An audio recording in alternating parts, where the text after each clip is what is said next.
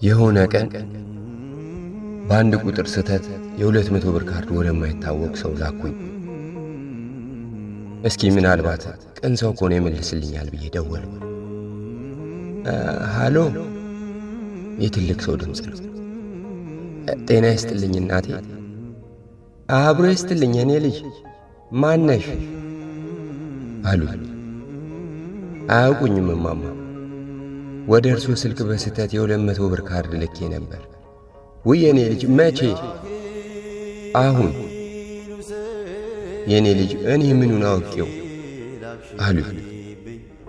አነጋገራቸው አንጀት ይበላል።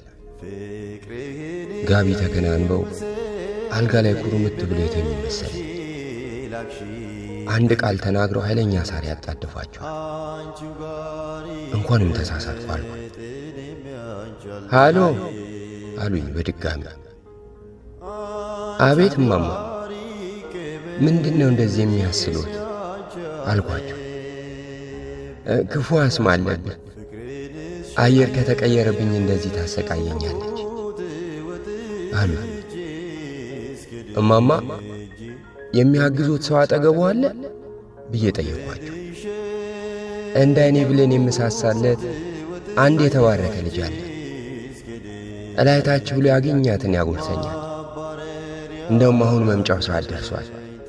በስተት ላኩኝ ያልሹን አይቶ እንዲመልስ ነግረዋለሁ።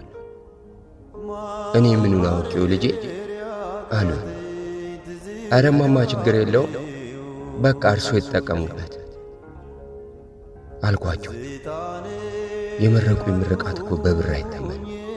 እሰይ የኔ ልጅ፣ መደዋወያ ቸግሮኝ ልጄ እንዳይጨነቅብኝ ነግረዋለሁ ራሱ እያልኩኝ ነበር። ተባረክ የኔ ልጅ፣ የማታ እንጀራ ይስጥሽ አሉ። አሜን እማማ። ባይሆን ልጆ ሲመጣ ቁጥሬን ሉሊት ብለህ ሴቭ አድርግልኝ ይበሉትና ካርድም ሆነ ሌላ ነገር ሲቸግሮት እኔ ልክሎታለሁ። አይዞት እኔ ያለሁ አልኳቸው። መጀመሪያ ሲናገሩበት የነበረው የደከመ ድምፅ በብርታት ተቀየረ።